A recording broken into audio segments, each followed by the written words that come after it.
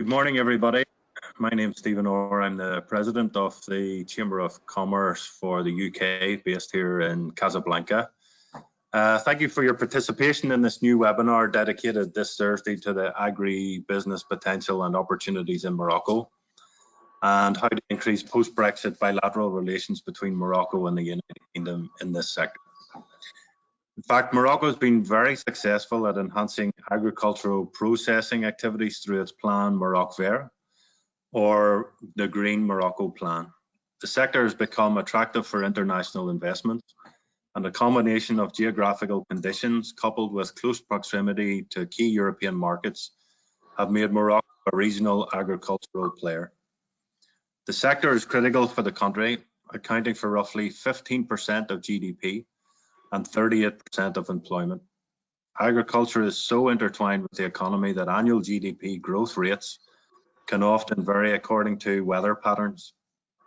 On the UK side, and ever since the result of the Brexit referendum, the UK government has been looking to expand its diplomatic and economic relationships. One facet of this has materialized through the UK's imports of fruit and vegetables, as it looks to increase its reliance on UK member states. EU member states, I should say. Moroccan exports of fruit and vegetables to the United Kingdom have grown exponentially following the Union's withdrawal from EU on December the 31st, 2020. According to statistics released by UK's HM Revenue and Customs and compiled by Fruit and Vegetable Facts, imports of Moroccan produce for January 2021 have grown by 51% compared to January 2020. To get a better understanding about the agribusiness opportunities in Morocco, eminent speakers are with us here today. We have Mr. Youssef Fadil, Mr. Youssef Fadil couldn't be with us today for health reasons, so we're pleased to have Mr. Badi, Head of Division Agri-Business Department at the Ministry of Industry, Trade and Investment and Digital Economy, who will give us an overview about the potential and opportunities of agribusiness in Morocco and the incentives to increase the exchanges with the UK. Thank you for being with us today, Mr. Badi. We also deeply thank Rita El Gorfi, General Manager of Morocco Foodex, for accepting our invitation. Mrs. El Gorfi will show us the figures for the exchange history between the two countries and the post-Brexit impact. Our warm thanks as well to Dr. Elizabeth Warren, Lead Agritech, Agri-Food and Drink at the Department of International Trade, for accepting our invitation. Despite the shortness, Dr. Warren will highlight for us the agribusiness sector in the UK and how Morocco can become a main partner in this sector. This webinar is also for the members, so do not hesitate to share with us your questions and comments via the platform. And please remember that our Chamber aim is to increase the exchange between the two countries, and we will be pleased to support and help any UK company who wants to develop its activity in Morocco and Africa. Before handing over to our friend and partner in this webinar, Mr. Daniel Kate, HM Consul General of the United Kingdom and Director of DIT in Morocco, I wish to thank deeply for accepting to make the moderation. I would like to thank our loyal partners, OCP Group, BMC Bank of Africa, Spirit Aerosystems, Maroclear, Consumar, CIH Bank, ANP and Atlanta Sanad for their continued support. So please, everybody, have a good webinar, and I'll now hand you over to Dan. Thanks, Dan. Thanks very much, Stephen, and good morning or good afternoon to everyone, depending on whereabouts in the world you are. It's really good to see so many of you online, and it's really good to be doing another of these webinars. And first of all, thank you to Stephen and everyone at the British Chamber of Commerce here for putting this on, including, of course, the BritCham sponsors, without whom this wouldn't be able to happen. So thank you, and welcome from me too to our speakers. And I'll hand over to the speakers as quickly as possible, because it'll be much more interesting to hear from them than from me. But let me just say a few words to sort of set the scene. And what I always say at these webinars, what I'll say again, is that I genuinely think this is a really exciting time for trade and investment between our two countries, between the UK and Morocco. We have been partners and friends as countries for hundreds and hundreds of years, and we've been trading and economic partners for the majority of those hundreds of years. And it's actually, you may be aware that 300 years ago this year was the first ever trade treaty between the UK and Morocco. So it's fitting, I think, that our latest trade agreement between our two countries is also launched this year, 300 years after the first, and that's the UK-Morocco Association Agreement. In the context, as Stephen has said, of the UK being outside of the European Union as an independent trading nation, we think this is a really exciting time and full of opportunities. And I mentioned the association agreement because that is what will really guide all of our trade and investment activity between the two countries. And it's also something worth mentioning, I think, because in that agreement, the agriculture sector, and agriculture is one of the specific sectors that is explicitly referenced as an area we attach particular importance to, and an area in which we know we want to cooperate strongly with Morocco on.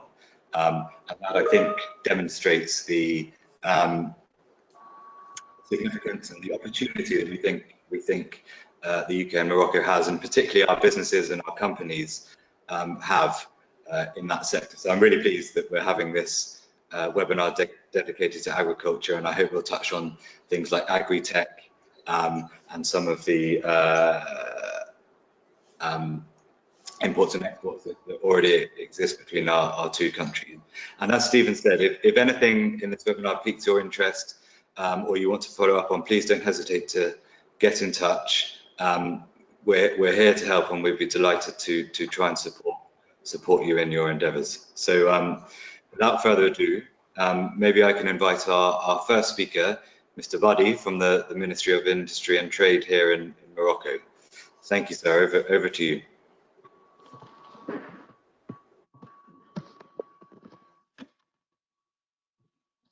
Thank you, Mr. Daniel Katri, the British Consul General in Morocco. First of all, I would like to thank the British Chamber of Commerce for Morocco for organizing this webinar and for inviting the Ministry of Industry, Trade, Green and Digital Economy to take part in this event.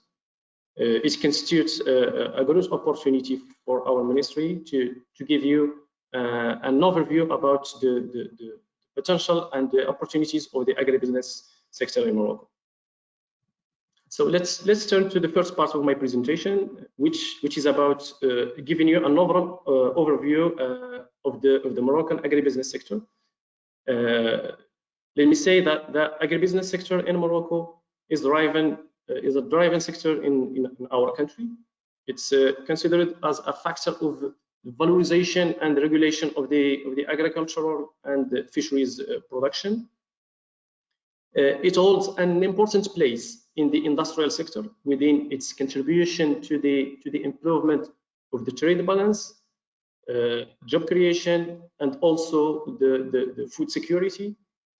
So in order to give you an idea, a clear idea of the contribution of the agribusiness sector in Morocco, in the whole industrial sector, I would like to share with you some figures related to this relevant sector.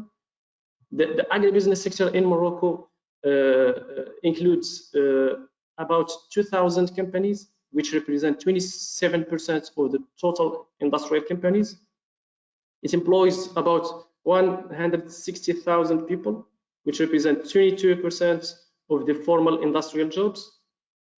And it generates a turnover of 115 billion dirhams and an export value of more than 33 billion dirhams. So these figures illustrate the importance, the potential, and the potential of the agribusiness in Morocco and in the Moroccan industrial fabric. Next slide, please. In Morocco, the agribusiness sector is very and highly diversified.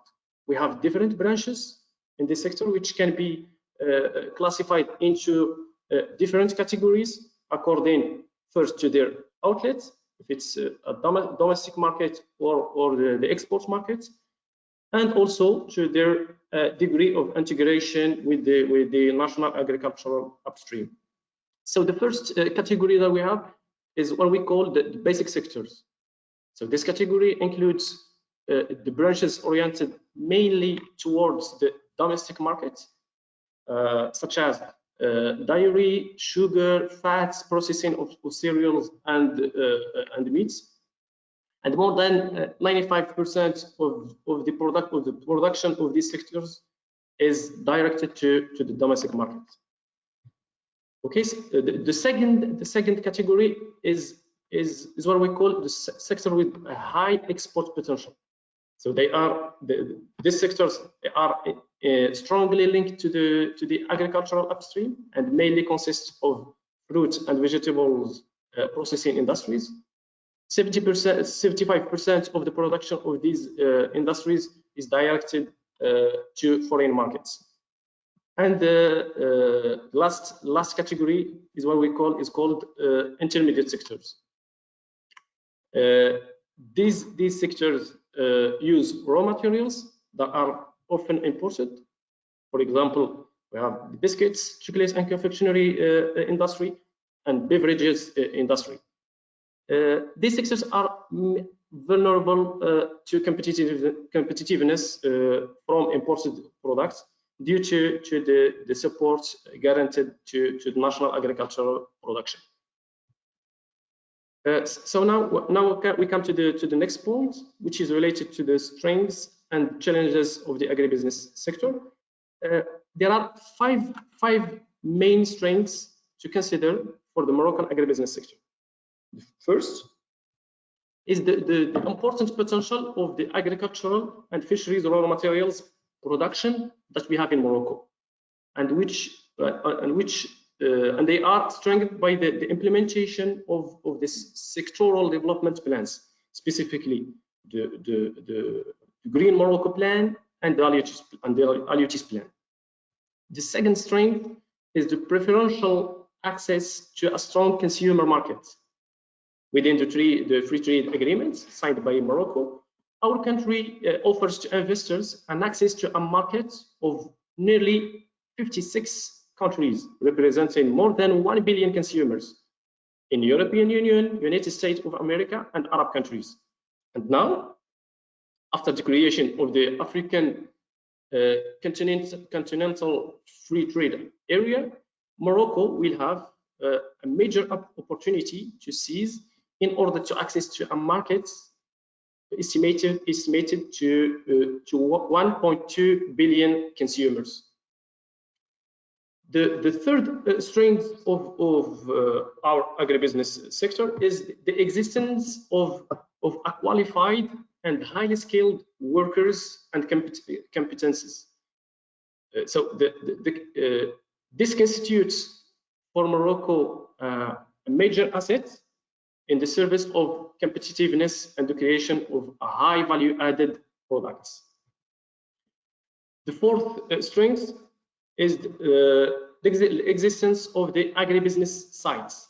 It's what we call agropole, developed by the Moroccan authorities in some key regions in Morocco in order to strengthen the development of agribusiness activities and attract, of course, and host agribusiness investments, local investments, and also as well as foreign investments.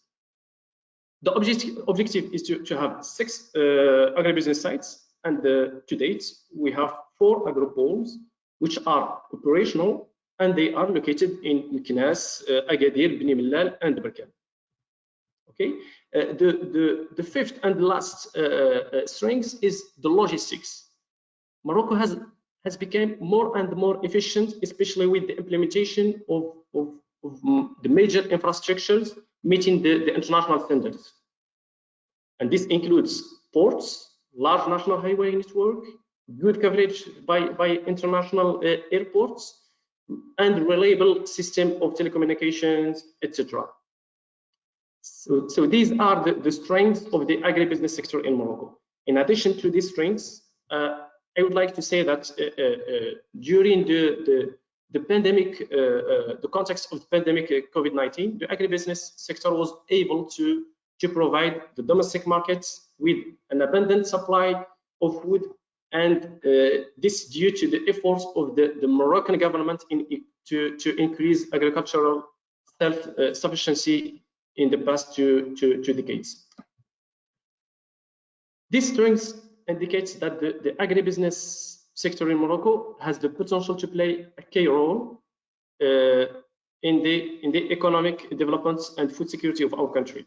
But in doing so, it needs to overcome the main challenges encountered and faced by this sector.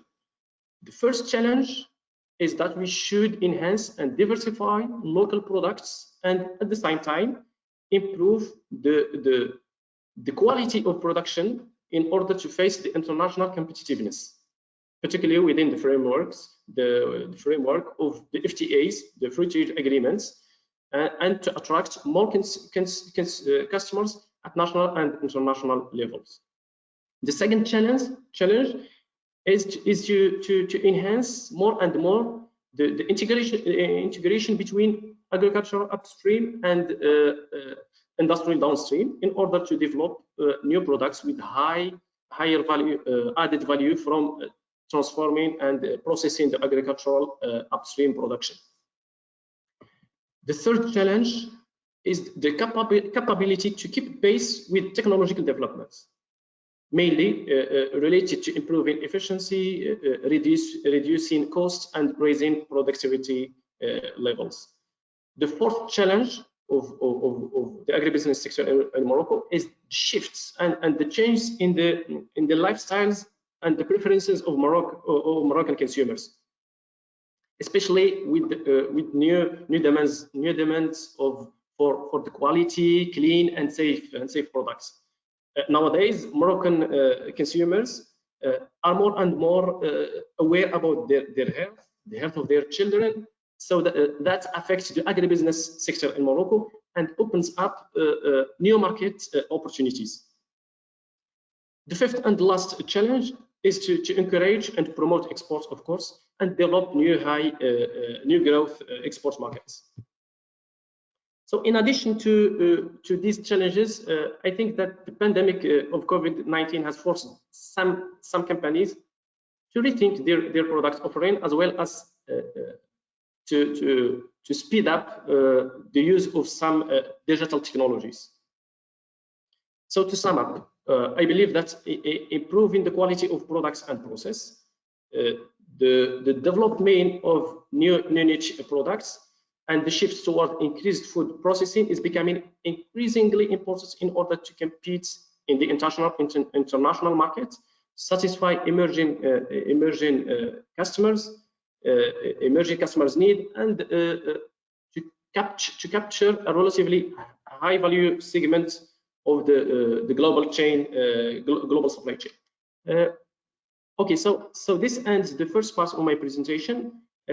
Now we come to the next part of my presentation, which is related to the program contracts for the development of the agribusiness sector. So in order to accelerate the development of the agribusiness sector, a strong partnership has been established by the government, represented by the Ministry of Industry and the Ministry of Agriculture and the private operators, in order to provide the sector with a common and shared strategic vision. So this strategy resulted in the signing in 2017 of a program contract for the development of the agribusiness sector for the period 2017 and 2021. The main objectives of this strategy is first, to enhance the integration between agricultural upstream and industrial downstream. And I believe that today the integration between the two sectorial strategies allowed to the country to increase self-sufficiency to a high level, particularly in some products like milk, meat, fruits and vegetables. The second, next slide, please.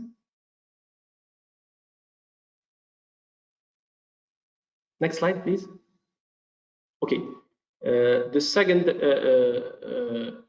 objective is to develop new products with a higher added value from processing agricultural upstream. The third is to boost and to promote exports in traditional market and develop, of course, new high growth export markets. Also is to stimulate, of course, private investments and direct it to promoting products in international markets. Also to create and stabilize jobs. This is very important, and to contribute to rural development.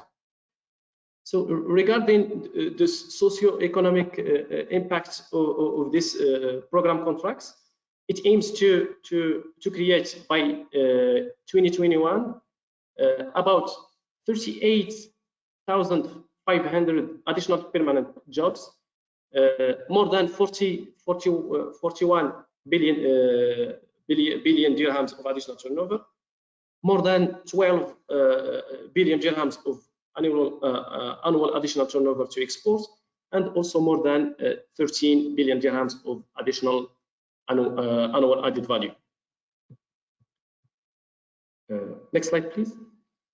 So this program contract relates to 7 agribusiness industries considered as the most important for sectoral development due to their prominence and potential, which are citrus and fresh fruit and vegetables, processed fruit and vegetables, olive oil industry, dairy industry, meat industry, biscuits, chocolate and confectionery industry, and pasta and couscous industry. This strategy aims to increase the growth rate of the agribusiness sector through adopting a number of measures. And the main measures of this strategy are first, investment incentives covering different project investment components such as industrial building and equipment purchase.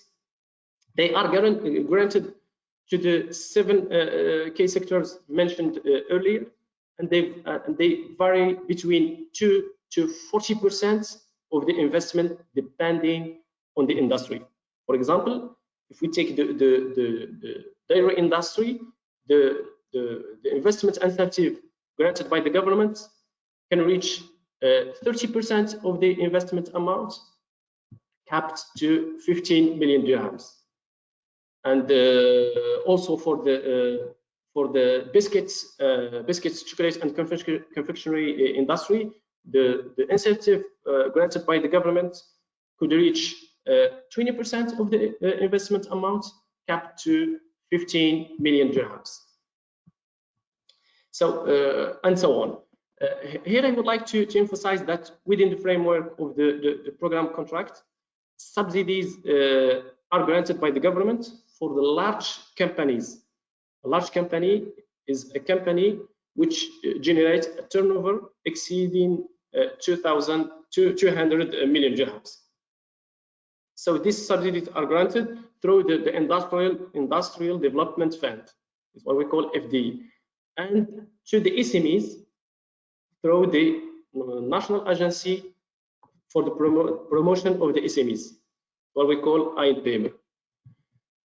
The second measure of this program contract is to grant a subsidy for the exportations of 2 industries: biscuits, confectionery, and chocolate industry, and pasta and couscous industry. Next, please.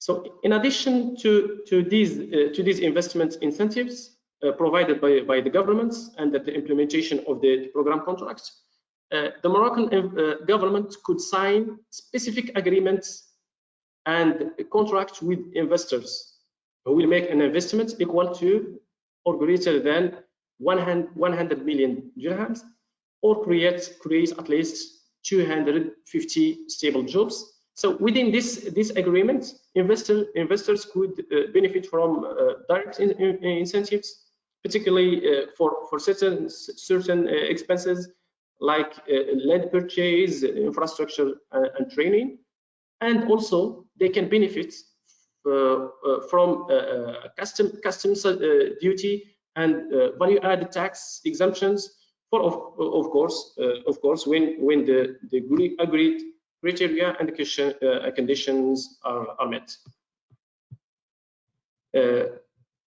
Next slide, please. So now we come to the next point, which is related to the new opportunities post-Brexit for Morocco and the United Kingdom. As we know, Morocco and the United Kingdom has signed a new association agreement in 2019 in order to strengthen the economic relations between the two countries.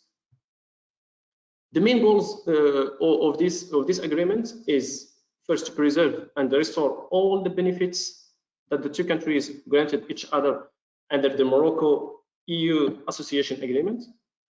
Also to continue bilateral trade without any obstacles after the Brexit, and to consolidate and to strengthen relations between Morocco and the United Kingdom, especially in terms of trade and investments. So I believe that this agreement constitutes a huge opportunity for both countries to seize in order to develop their agribusiness, their own agribusiness sectors. Next, please.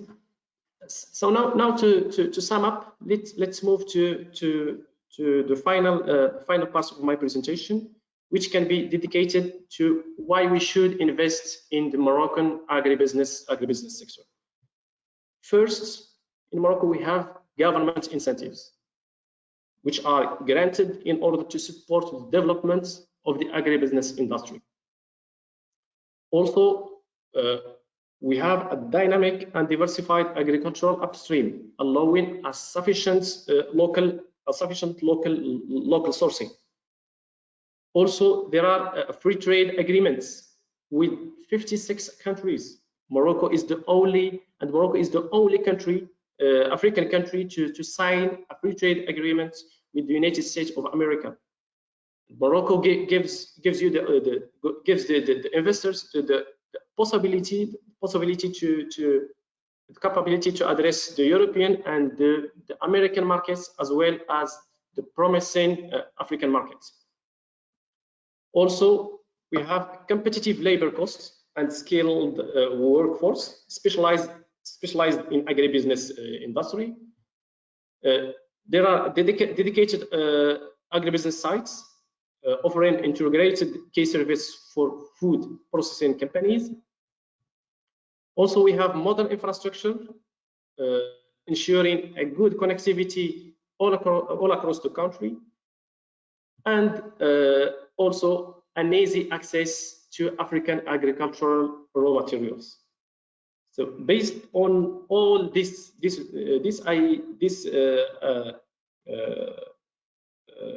assets, I believe that Morocco has all the ingredients to be the ideal platform for the UK agribusiness companies to source, transform, and export.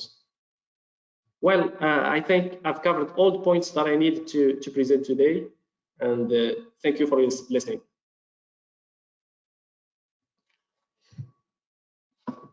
Vadi, thank you very much indeed for that extremely helpful presentation. And if you'll allow us, we'll come back to you possibly for some follow-up questions after we've heard from the other panelists. So thank you. Perhaps I could now invite Mrs. El Ghorfi from Agritech to speak to us. Thank you.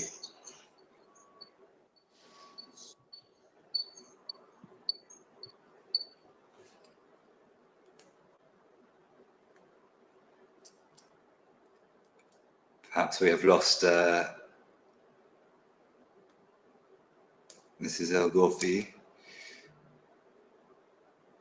Okay, I think we're having some technical difficulties, so perhaps while we sort those out. Oh no, here we go. Gita, are you there? Okay, we can see you, we can't hear you. Thank you, Dan. I'm sorry, I had some trouble with my connection. First of all, I would like to thank Britain for organizing this webinar on agribusiness opportunities between Morocco and the UK. I don't have a presentation today, but I will try to give you key facts about Moroccan agri-food export.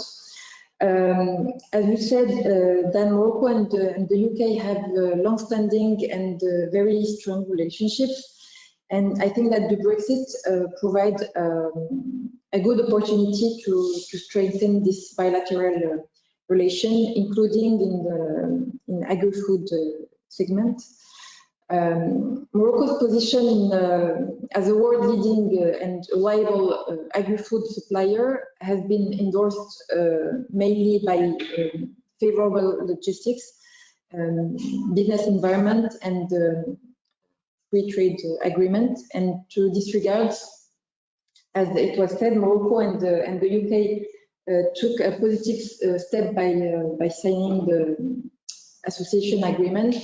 And I think that Morocco was the first country in the world, or maybe one of the first country to sign this kind of agreement with the UK. And I think that the willingness of both sides is to strengthen and consolidate these relationships.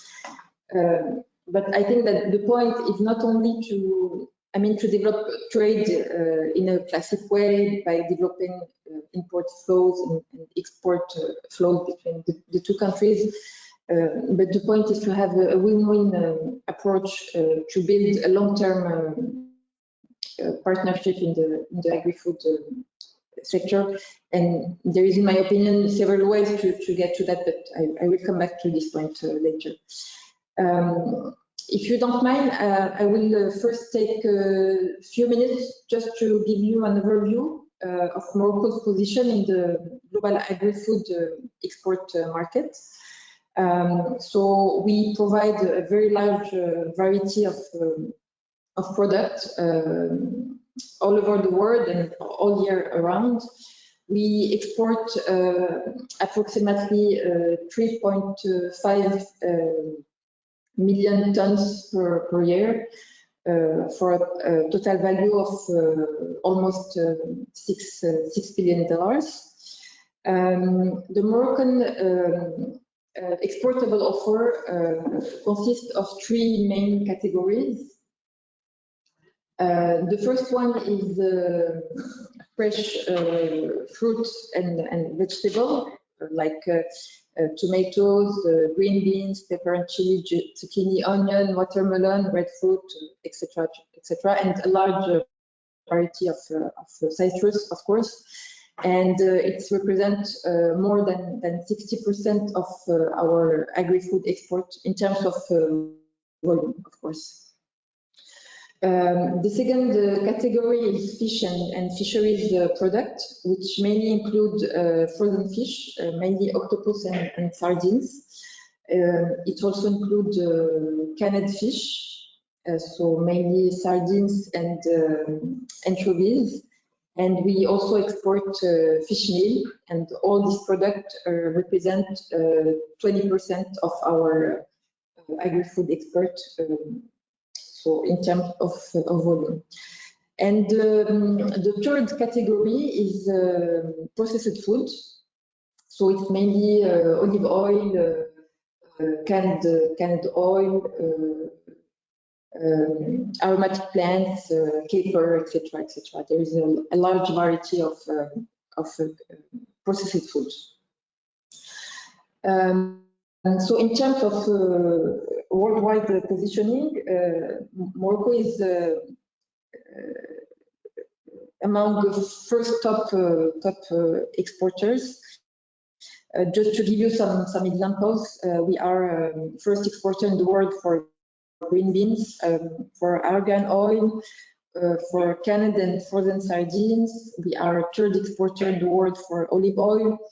We are fourth for citrus, small citrus, sorry, for tomatoes, raspberries, blueberries, etc.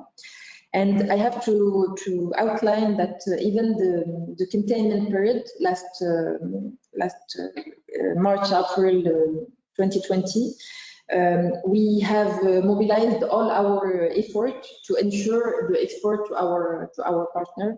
So hopefully, in terms of agri-food export 2020, despite the difficult condition, was a good year for us, as our exports were growing.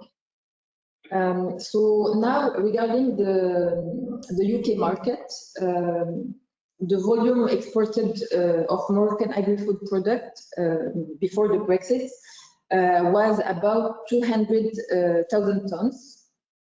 And I'm talking here about the direct volume. And when I said direct, it's not in terms of mode of transport.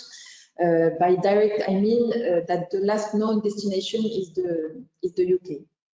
So this direct volume is mainly exported by road to Europe via Spain and France, of course.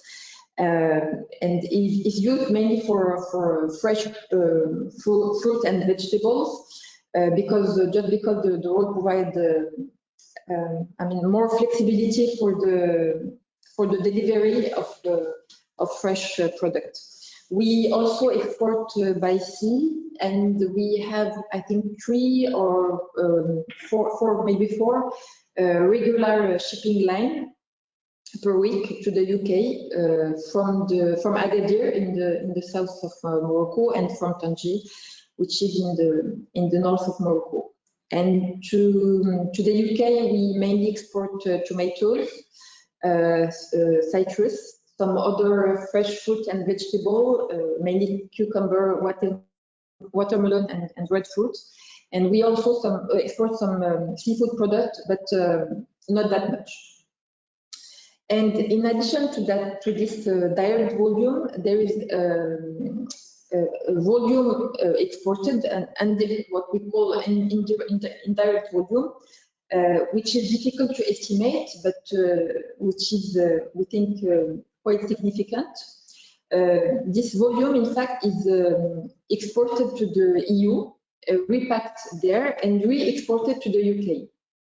But for us, in our statistics, the final destination is EU, so it's counted as EU.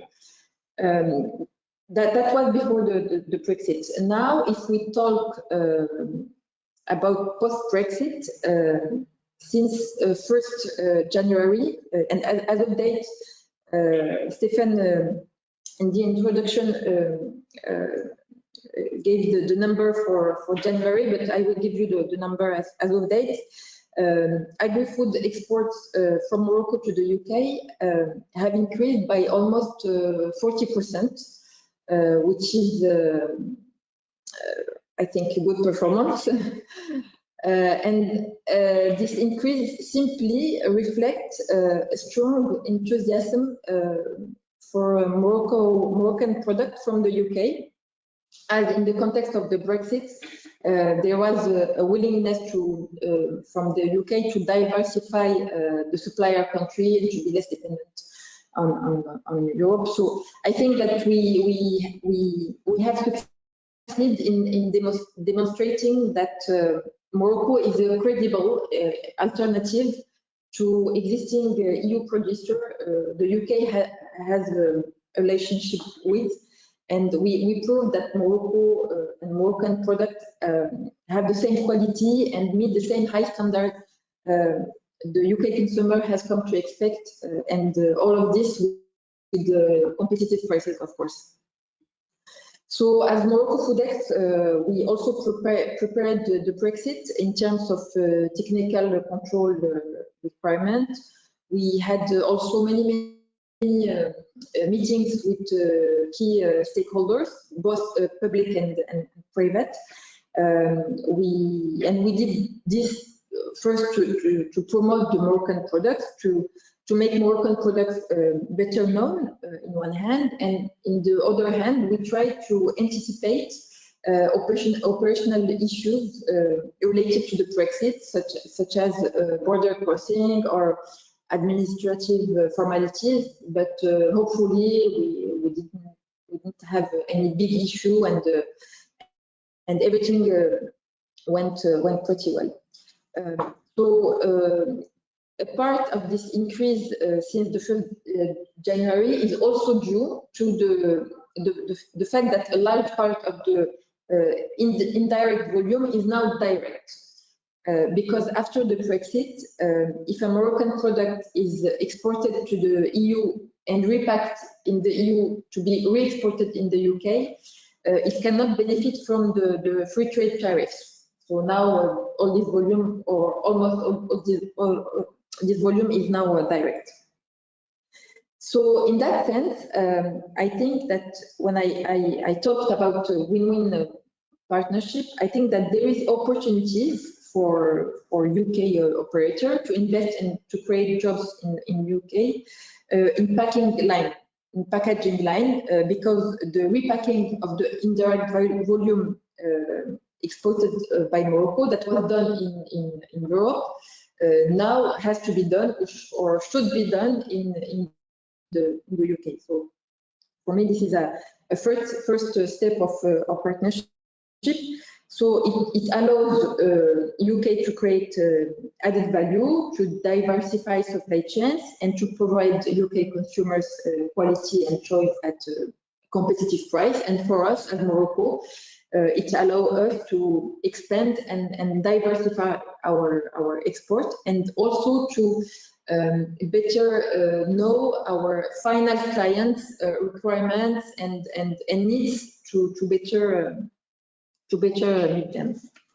The second point, and I think that my colleague from the Ministry of Industry talked about the potential that represents Morocco in terms of agribusiness. I think that we could build a partnership in that way in terms of agri-food production and export. And we could build a business model where UK investor and operator could invest in Morocco in agri-food sector, and then export this product all over the world. And I think that there is a lot of opportunities, and I think it also could open the door for other partnerships in terms of know-how sharing, in terms of technical innovation, in terms of digitalization of the agri-food sector and the agricultural sector. So there is a lot of opportunities of collaboration. My last point is in terms of constraints to improve the trade. I think that the trade is now smooth, and we don't have issues on the logistics side. But as you know, the association agreement has put in place quotas in some products, and we think that these quotas are not sufficient. I will give you some concrete example. We have a quota for tomato, and we already have used this quota, and we had export twice as much as the quota. So we have export. The quota gives us zero in terms of customs duty, so it's a free trade. And even if we had to pay beyond this quota, we have to pay customs duty. We did make an additional volume exported. The second example is for cucumbers. We have a quota for January to May, and we already, the quota has already been sold mid-February. So I think that there is a very important potential that has to be explored.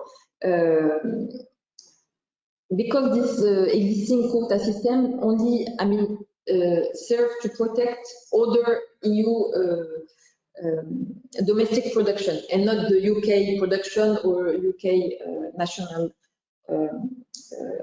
consumers. So I want to highlight that even despite all this condition, and you have to know that maybe you know that the UK market is very, very demanding in terms of quality, in terms of freshness, in terms of the strict respect of delivery deadline. So despite all of this condition, Moroccan products are in a very high demand in the UK, and we hope that we will continue in this very, very good dynamic. So thank you very much.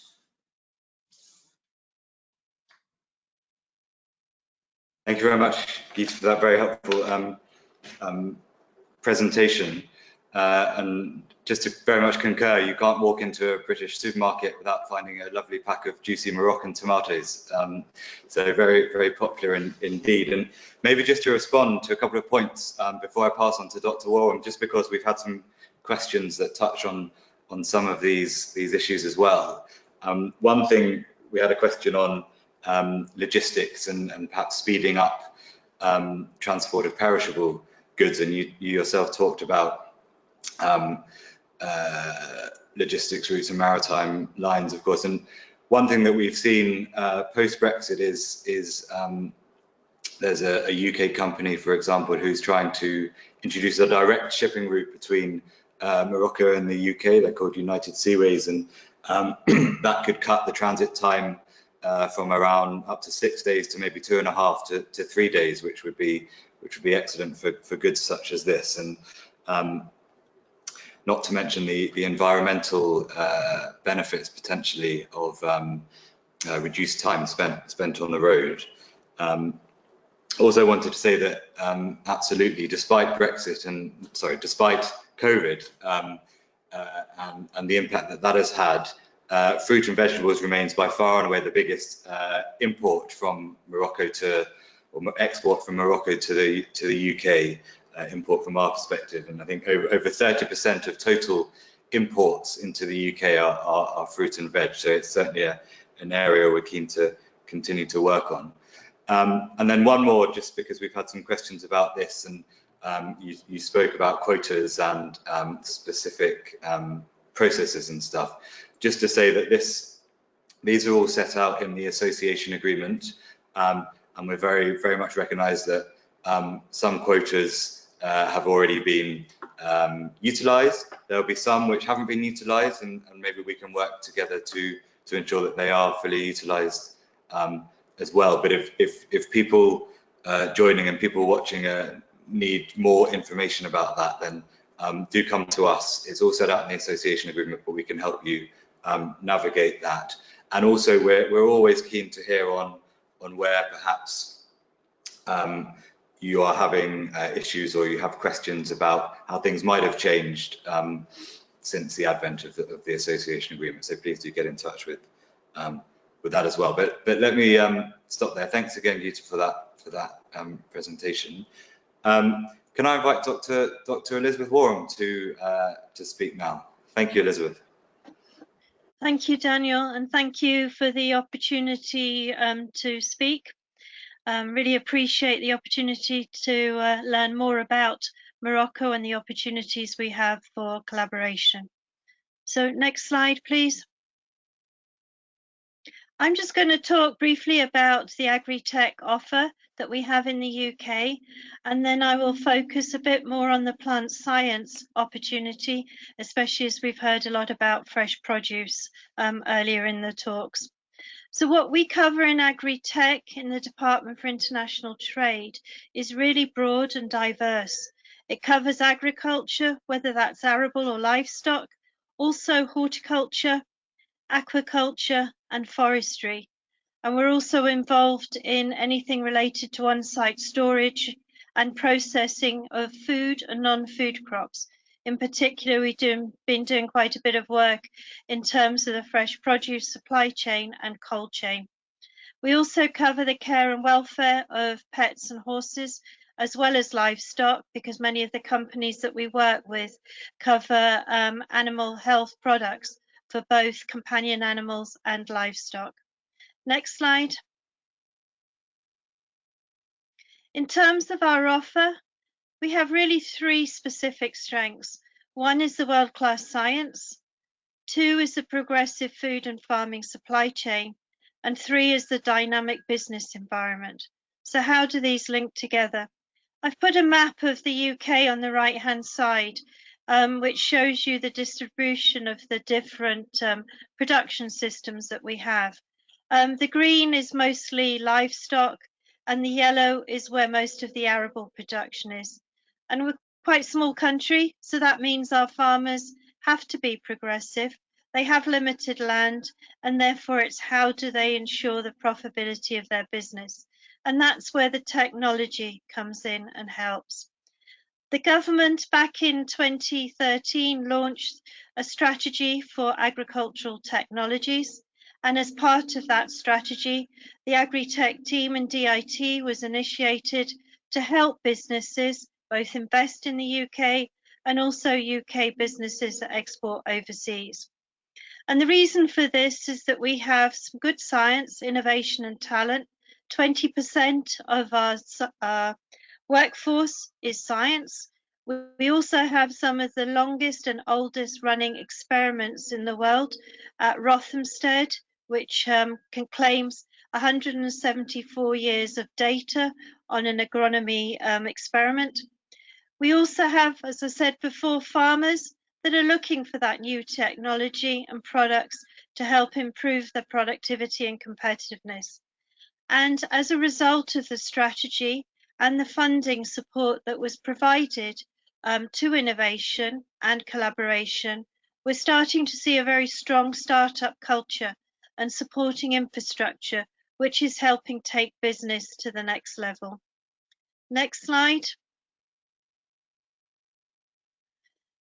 As I said, it is a very diverse sector, and so we mainly cover plant science, animal science, aquaculture, and precision agriculture. Traditionally, the UK has been exceptionally strong regarding plant science and animal science. And the two areas where we've been developing strengths and result of the changing challenges that we have for agriculture is around aquaculture and precision agriculture. So in terms of aquaculture, we have strong strengths up in Scotland around salmon. In terms of shellfish mollusks, we have a lot of strength around Dorset, which has a similar coastline to Scotland, but slightly warmer waters, which are more amenable for shellfish, mollusks, and other species. I've listed on the slide some of the technologies or areas related to those subsectors, where there are particular areas of strength. Precision agriculture is very much a new sector development, whereby it's looking more at how to minimize the inputs, but maximize the outputs with less impact on the environment. So very much focused in the UK around sustainability. In addition to setting our team up in the strategy also has established 4 Agritech innovation centres. Now, these were established with capital investment in order to develop facilities of research which support commercial research. They are membership organisations primarily, but working closely with businesses to help them develop, adopt and exploit new agricultural technologies and promote them through commercial application. They collaborate across the industry, including with laboratories, farms and small medium enterprises, and there are 4 of them. Agri-Epicentre focuses on precision agriculture, CHAP focuses on crop health and protection, CL focuses on livestock, and Agrimetrics focuses on the use of data and about sustainability metrics. Next slide. In that context, we've been trying to map out what is the UK capability in the Agritech supply chain, to help establish those collaborations, to help make sure that the UK capability is easier to navigate and understand. On the left, you'll see 4 capability brochures. These were developed with our trade associations, including the UK Technology for Agriculture and Genetics, the Commercial Horticulture Association, the Agricultural Engineers Association, and the Hull and Humber Chamber of Commerce. And each one of the brochures highlights some interesting case studies about the different companies, what their products are. It also has a directory of key organisations and institutes that are very useful in that sector, and it lists some of the companies that are exporting and what their products are. And there are 4 of them, one around commercial horticulture, one around livestock and genetics, one around agricultural engineering, and then also about companion pets. I call them the coffee read because they're actually quite easy to read and they're quite informative. So very valuable insight to the UK. We are developing a new one at the moment, which we hope to launch in the next month. And that's around crop post-harvest management and the cold chain, about the whole supply chain from the field, what technology can help improve the quality of the produce, which was mentioned earlier, and then the new technologies that are being developed to help transport that produce in cold chain in an environmentally friendly way. And we have quite a bit of expertise in the UK around that, namely with the University of Birmingham and several other partners. And then on the right, we are in the process of developing a portal which will have each and every company that exports and wants to be profiled within a directory which will be searchable, and that'll make it much easier for potential buyers, for potential collaborators, and also for our DIT commercial officers to understand what is available in the UK and how to respond to specific queries. Next slide. In addition, we've been developing and promoting some of the specific opportunities for investment within the UK. Now, these are focused around regions which probably haven't had the profile of what their unique selling point is, and we've been able to map out some of the strengths in those specific regions. Although they are focused on potential investors, they're actually quite useful in terms of collaboration and understanding where the different centres of excellence are located and some of the companies. The first one that was developed is around precision agriculture in Telford, and this is home to Harper Adams University, which has recently harvested and sown, tended and harvested the first hectares of wheat and barley hands-free, without anyone walking onto the field. They're now actually developing a hands-free farm, so they're taking it to the next level. And incidentally, they did produce some gin from the first harvest, looking at the different products from what they've produced. The second one that's been developed is Aquaculture Dorset. I mentioned earlier about the amazing coastline in Dorset and the warmer water, and there's a lot of development there in terms of aquaculture industries, both in the sea but also land-based, with recirculating water systems. And then 2 newer ones, which are in the process of finalising the proposition materials, are the animal health, which is around Surrey University in North Hampshire, and that's where Pirbright Institute is based and was instrumental in helping to eliminate the rinderpest virus. We've also got controlled environment agriculture up in North Yorkshire and Leeds City region, and I'll mention a little bit more about that expertise in a moment.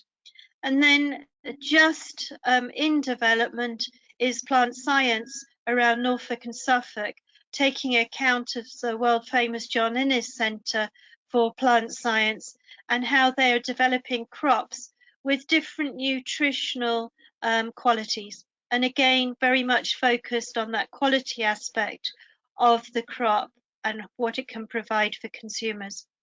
Next slide. So just briefly, I'll touch on plant science. Here, it highlights how plant science has interacted with farmers and the traditional use of plant science. Firstly, you've got the variety, and that provides the genetic platform, and that's the quality of the crop. And in this context, whether that's an arable crop, wheat, or whether it's a tomato. And then the seed treatments to prevent the pests and diseases and to help that crop establish. Then you have the agronomy and the decision tools to help understand the crop, how it grows, maximize growth. There are also fertilizers to help you on your way, on the farmer on its way, and deliver the right macro and micronutrients needed for that yield and quality. And also, as always, a challenge for any farmer is how do they fight the continual challenge of weeds, pests and diseases, and how those are changing with climate change. Next slide. Yeah, with the science and technology moving at such a rapid pace, we're seeing a huge amount of developments in plant science, not least in terms of gene editing and gene sequencing and how we can develop a crop that is more adaptable to the situations in which it's grown, whether that's semi-arid climates, arid climates, or whether it's a request for a shorter duration crop so that you can fit 2 or 3 crops in a year. Then there's developments around plant nutrition and how you get the right nutrition to the plant. There's a lot of work being carried out at the moment about soil health and how that impacts on the growth of the crop. And then when we come to look at pest and disease management, with the restriction by some countries on which crop pesticides can be used, there's a lot of development looking at different ways apart from chemicals that can be used to help protect that crop. And that includes biopesticides and other novel approaches to weed and pest management, including some novel electric methods to reduce weed, also looking at the use of robots in field on a small scale. And then you look at how crops can be used for ingredients in pharma. There's a huge development in that area for cannabis products in the UK. Also, hemp industry is growing. And then there's really the lab-based or the controlled environment aspects, whether that's developing plant-based meats or whether it's a controlled environment agriculture, where you contain and manage more coherently the environment in which the crop is grown. So next slide.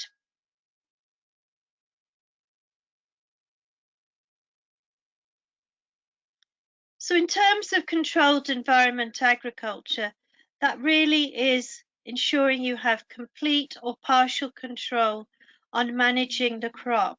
So that can be the growing medium, the water, the nutrients, the atmosphere and light.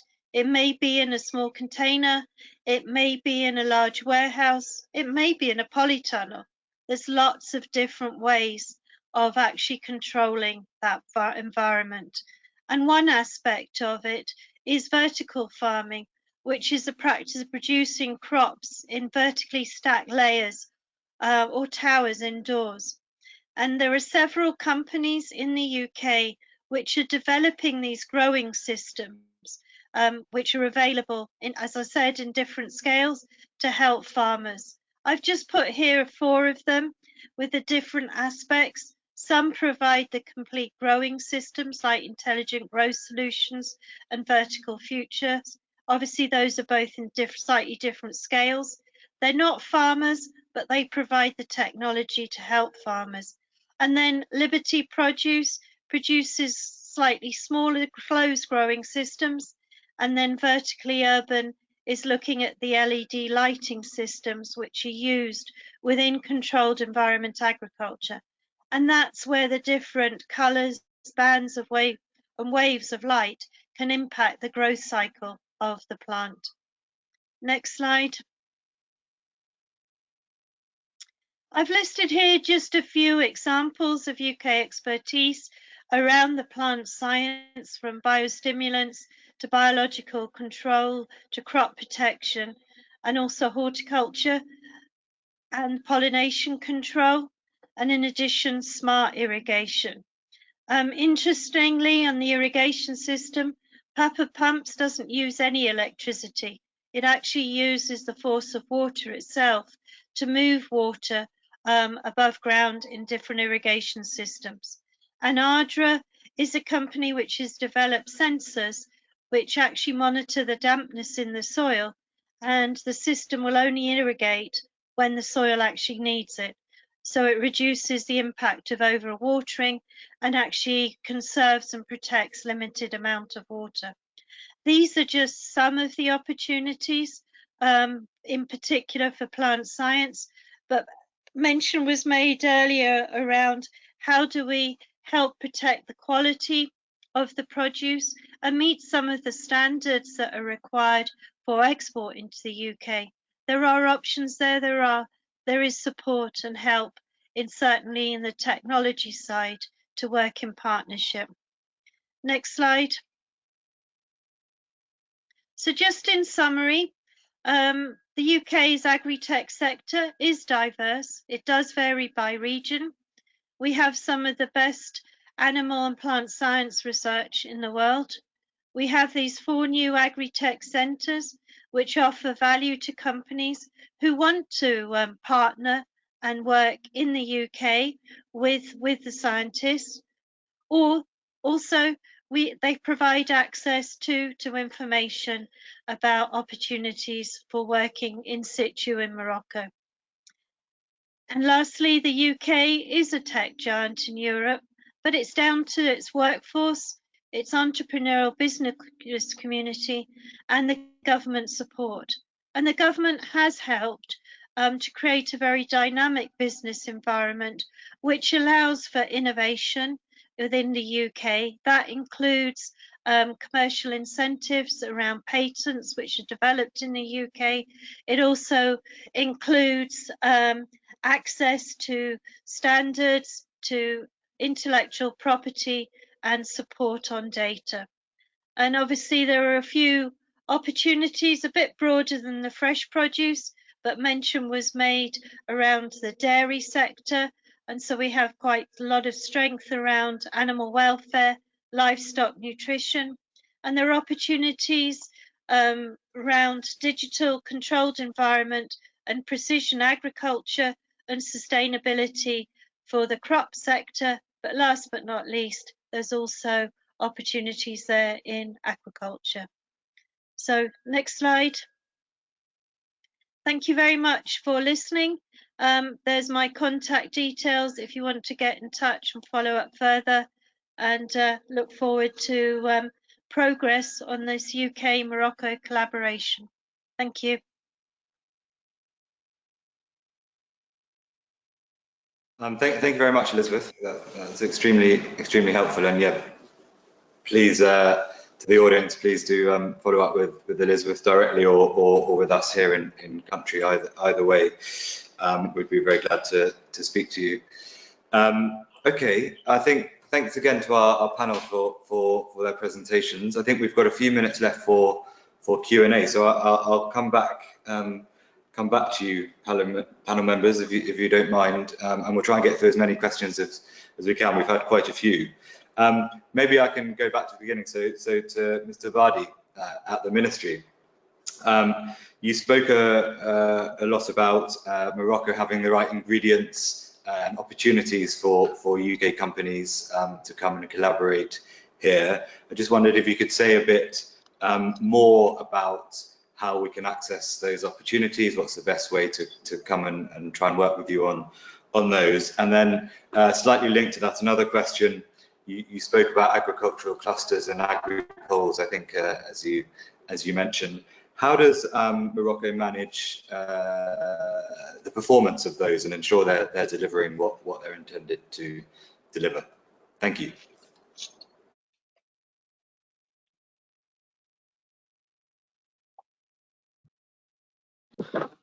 Thank you, Mr. Lionel.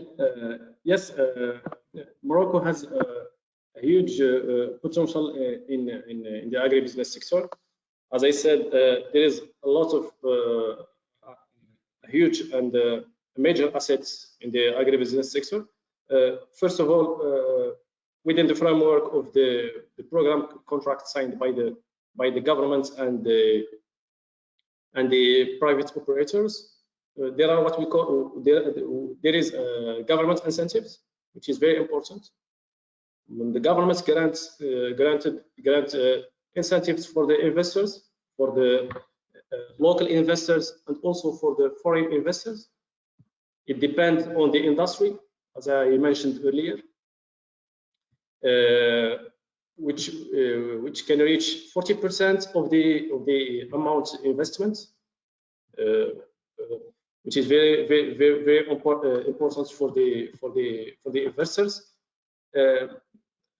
Also, the Morocco tried to encourage and facilitate foreign investors, especially for the export sectors or export industries, through trade liberalization. We have a trade liberalization between with the many countries, sectoral strategies that I mentioned earlier, investment incentives, infrastructure improvements, and that's in order to transform the country into a regional business hub. So you talked about the logistics. We know that logistics is very important to promote and to enhance this sector.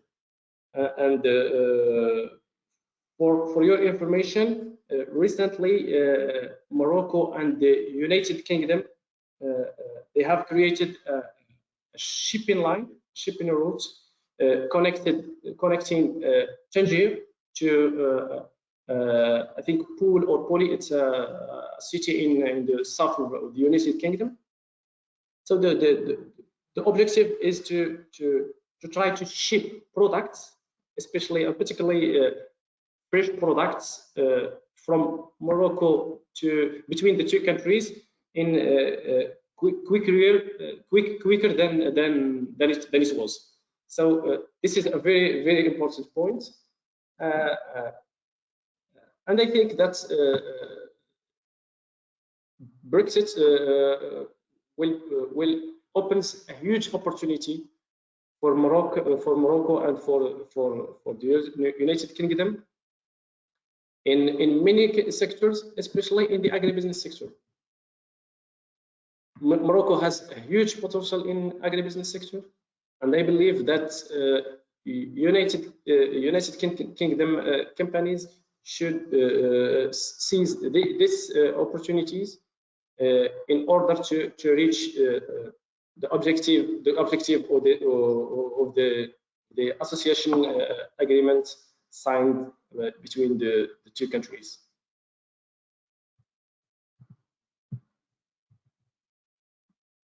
Thank you very much, Hamid. Thank you for that. And yes, I think that the concept of direct shipping routes between the UK and Morocco is a very exciting one, and you and I have both mentioned on this webinar one particular route between Tangier and Pool, but I know there are other UK companies interested in setting these up as well. So that's all really great stuff. Thank you.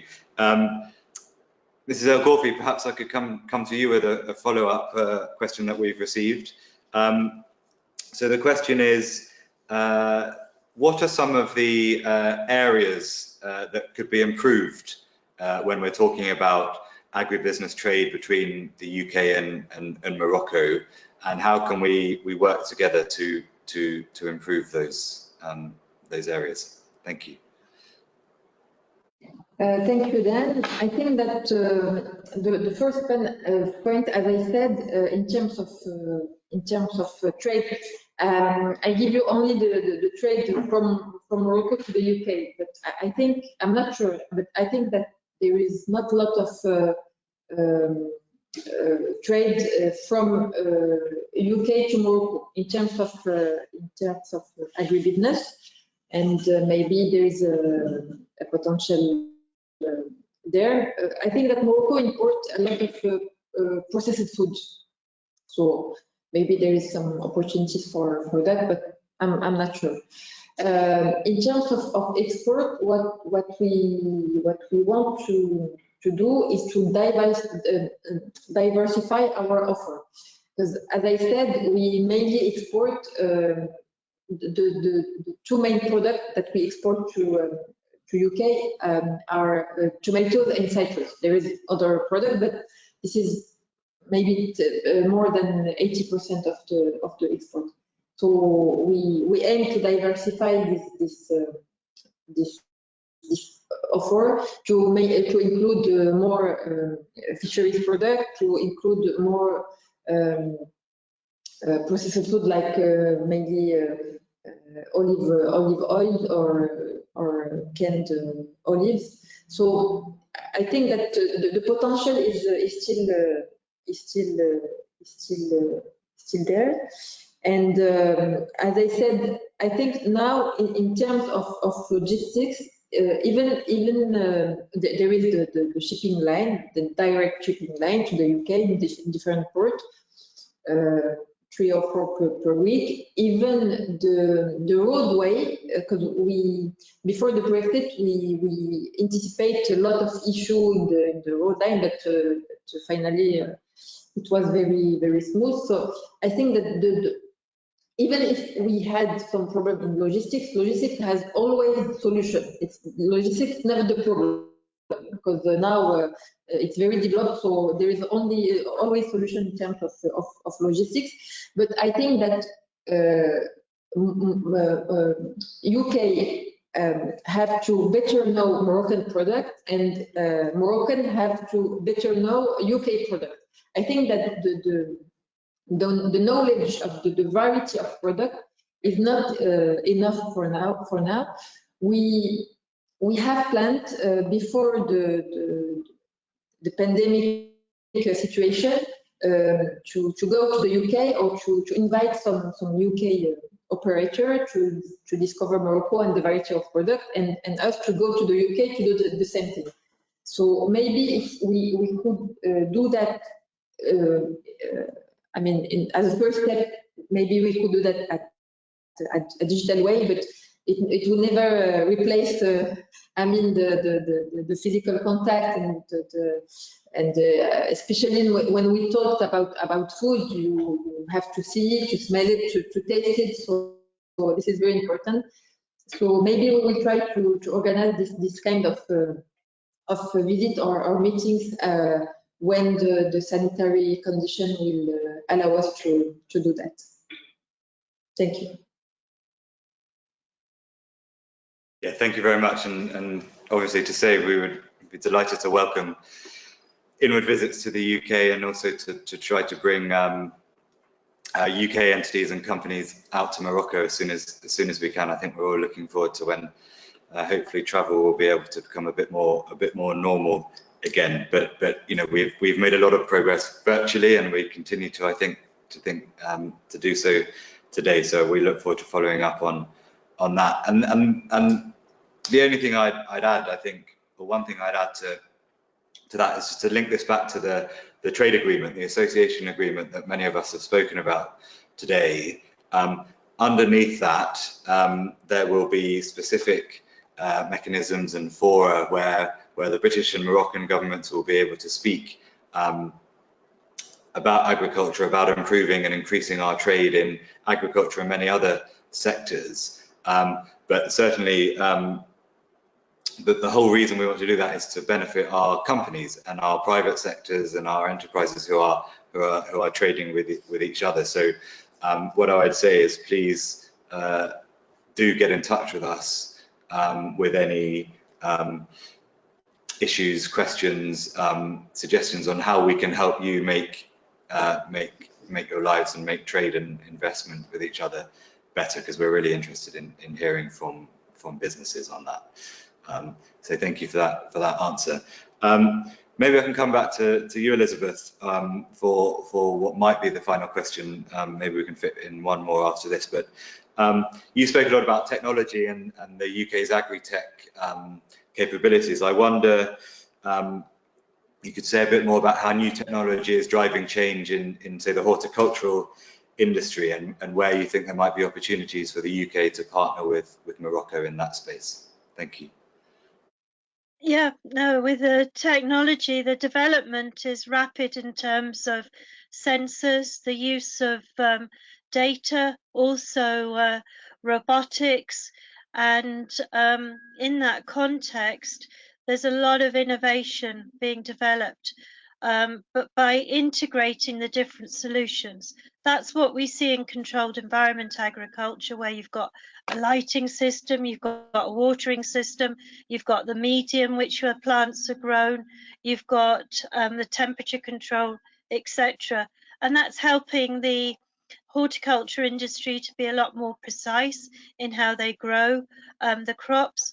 There's been some interesting development up in Lincoln University, where they've got a bit of a hub around robotics, and they're actually currently developing an automated strawberry picking system for growers to help address some of the challenges that we've had in the UK, and that maybe it's not the same for all countries, but where there's been a challenge in access to labour, and how they've been developing those systems to help in that context.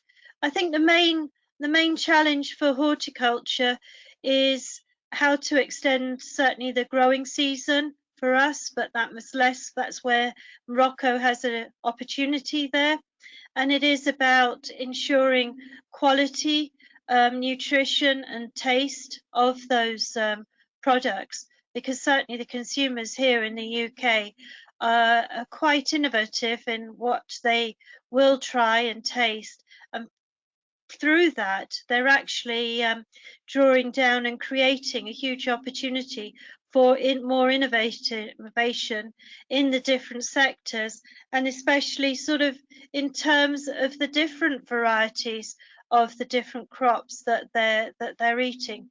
We've seen a huge change in terms of peppers and chilies and the wide variety that is offered in the supermarket. And I think that's the same for some of the products that are coming from Morocco. There are opportunities there to develop and produce slightly different types of crops and create that market opportunity. So yeah, lots of opportunity. And I should say that there's also some development in combining aquaculture with horticulture, where some of the horticultural systems are actually using recirculated water systems from aquaculture to help fertilize the growing medium for the crops, particularly in vegetables and salads and herbs. We've seen that, and then the fish is actually also then sold as well. So I think in the future there will be a lot more diversification in terms of different growing systems and mechanisms. Fantastic. Thank you very much. Thank you very much, Elizabeth. That's really helpful.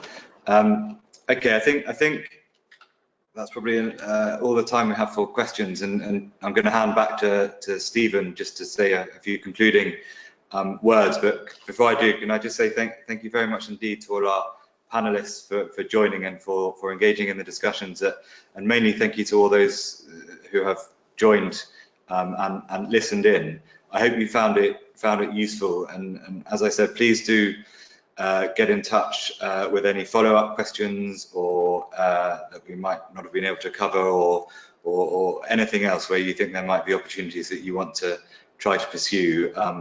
That's what we're here for, and we'd be delighted to work with you on that. And I think the BritCham can circulate contact details and things like that, if that would be helpful. So thank you to all of those of you who have joined today as well. Stephen, over to you for the final remarks. Thank you. Yeah, thanks, Dan. I was wondering if it's wise to be doing such a webinar during the period of Ramadan. I was okay until Elizabeth started talking about herbs and salads and stuff. It was it's it's all too much. I love this sector. We've had many meetings with our colleagues at Foodex, obviously, as well, with Rita, and it's a great sector. It's a huge sector. In many ways, it's a kind of hidden giant. You know, it doesn't always get the publicity that it really deserves, given the scale of it. And personally, I work in aerospace, and we get a lot of publicity, but we don't move anywhere near as fast as this sector. So I like this sector a lot in terms of it really is a leading indicator in terms of how things could go between the UK and Morocco and the UK. And as a leading indicator, and we've seen some of the data here, that things are starting to move very fast. So hopefully that'll be a pathway for other industries and other sectors as well. The other thing I like about today is, and I discover every time, it is more technically inclusive than you would imagine. It's not just putting stuff in the field, growing it and harvesting it and selling it. There's a lot of technological input that's happening and advances. So from that point of view as well, I would appreciate to hear more in the future, and we can do that in terms of university exchanges and technology exchanges that could take place. Rita talked about processing and stuff like that there. That's something we could keep exploring as well, which I think will benefit both countries. And as you said at the end, I mean, the Chamber is here solely just to provide a link and a service to help people make it easier to do business between the two countries and to grow the level of business between the two countries, both imports and exports. So I really appreciate the experts, and expert is a word we use quite a bit these days, but real experts that are on the panel today that can talk about this and work in it every day. So thank you very much for not just the webinar, but for the work that you're doing every day. And again, Dan, thanks for yourself as well. I got your name Kate right today. I hope you picked that up, which is another plus. So thank you very much for everyone that tuned in, and keep yourself tuned in because there are more webinars to come. Thank you very much.